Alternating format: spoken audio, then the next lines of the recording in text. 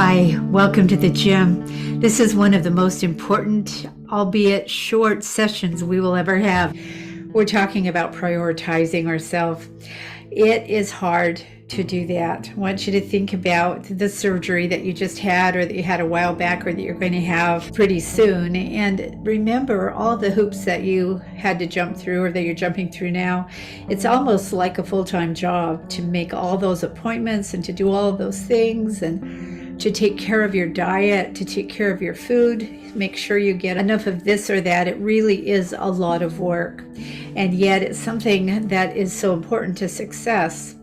What I have noticed with our population is that once we've had the surgery, and once we get back to eating pretty normal type food, and once the newness wears off, all of that prioritizing that we were doing to put ourselves first so that we could get ready for surgery and have the surgery and start recovering from the surgery goes by the wayside, and we start taking care of other people or other things instead of ourselves.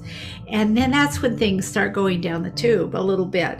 So it is so important that we keep ourselves focused on ourselves. That doesn't mean we need to be overindulgent, but that we just need to give ourselves the priority that we need to have to take care of ourselves so that we can take care of other people. So I love this slide. I've come to believe that caring for myself is not self-indulgent. Caring for myself is an act of survival. If we can start to adapt that as our mantra or our cornerstone, we really will have done a good thing when it comes to this topic. It is an act of survival, not only our own survival, but the survival of the other people in our lives that we're helping and taking care of. So from the Mind Body Reset Gym, the free tips for success section, I'm going to give you 3 things that will help focus your self-care. But before I do, 2 of my favorite thoughts. A goal not written is just a wish. And that's really, really important to remember. If you don't write it down, it's hard to keep in your mind, especially when life comes along and takes our time, all those urgent things that aren't as important as self-care. The second thought is, when you fail to plan, you plan to fail. It's just that easy, and I wish it were different. So there's 3 things I offer you, and they're for free. You can just download them from the free tips for success section of this gym. First one is your life vision. It lays everything out for you. What do you want to do year by year, starting 20 years from now? And you can just expand on that, or you can just write a few words. Nobody's going to hold you to that. Nobody's going to say in 20 years, but you wrote this down. You better stick to it. That it's a place that you can go. Without a vision, we don't get so far. Without a vision, we don't know where we're going. It's like traveling to a foreign country without a road map or a GPS. That would be scary. On this, you also evaluate your strengths and your challenges. You also look at the success predictors, which are your belief and your motivation. And you look at what your sabotages might be, because that becomes really important. And then you break it down into your first year vision and outcomes that you want. The second one is monthly. So we're breaking it down from a 20-year big old vision to a monthly. And it has a lot of that same kind of content, but in a 1-page, 1-look document, you can look at your monthly goals.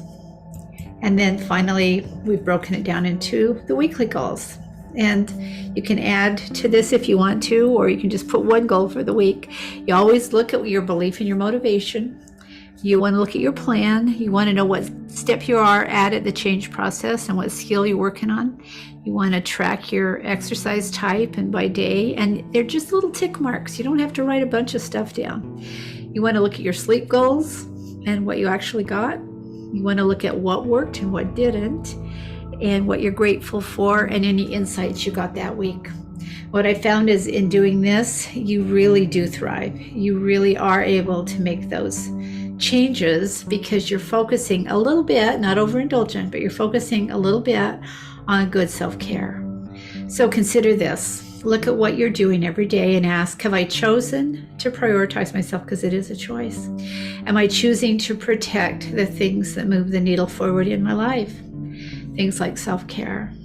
So for this reflection workout, look at those workout pages that I showed you a few slides ago, and look at the goals that'll keep you on track for the day. How will I protect my time and resources to keep me focused on caring for myself so I can care for others?